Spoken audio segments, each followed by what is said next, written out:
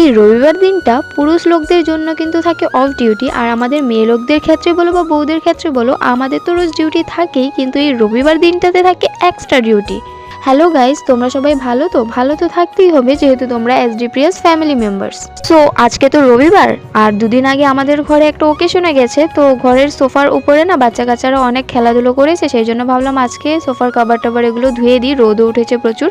তো সোফার কভার টভার সব বাইরে রেখে তারপর আমি চলে আসলাম রান্নাঘরে সকালের ব্রেকফাস্টটা বানানোর জন্য। এখানে দেখো রুটি বানিয়ে নিয়েছি, আর এখানে আলুর তরকারি বানিয়েছি, আর এখানে চা বসিয়ে দিয়েছি। সবাইকে সকালের ব্রেকফাস্টটা দিলে না একদিকে শান্তি, তো ব্রেকফাস্টটা রেডি করে সবাইকে দিয়ে তারপরে চলে আসলাম বাইরে, মানে কাপড় টাপড় ধুয়ে দিয়েছি, সেগুলোই তোমাদের সাথে শেয়ার করলাম। তারপরে কাপড় টাপড় ধুয়ে মিস্টারদের বলছে যে আজকে মাসের মানে গ্রসারি যেগুলো বাজার করবে সেগুলো আজকেই করবে। ওর সাথে এসে গেছিলাম বাজারে, বাজার থেকে গিয়ে দেখো এগুলো সব নিয়ে আসলাম।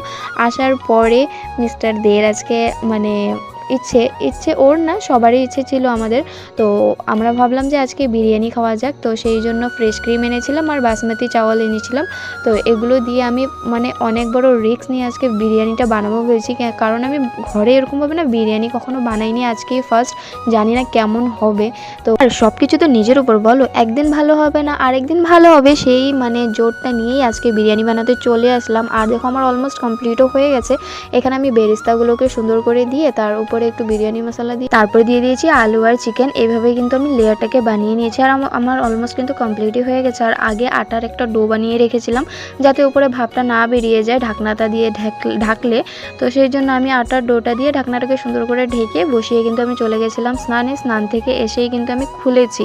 খোলার পরে যা দারুণ গন্ধ বেরিয়েছে, মানে কি বলবো, মানে তারপরে লাগছিল এই যে বিরিয়ানিটা মানে হয়েছে, তো জানি না খেতে কীরকম হয়েছে সেটাই টেনশনে ছিলাম। তারপরে সবাইকে দিলাম, দেওয়ার পরে না মোটামুটি ঠিকই ছিল, আর আমি এত মানে রিচ বানাতে চাইনি। তো যাই হোক, আজকের ভিডিওটা তোমাদের কেমন লেগেছে অবশ্যই কিন্তু কমেন্টে জানাবে, আর ভালো লাগলে অবশ্যই লাইক কমেন্ট শেয়ার করবে, আর আমার ফেসবুক পেজটাকে ফলো করে দেবে, আর যারা ইউটিউব থেকে দেখছো সাবস্ক্রাইব করে দেবে। দেখা হচ্ছে অন্য একটা শর্টে, বাই।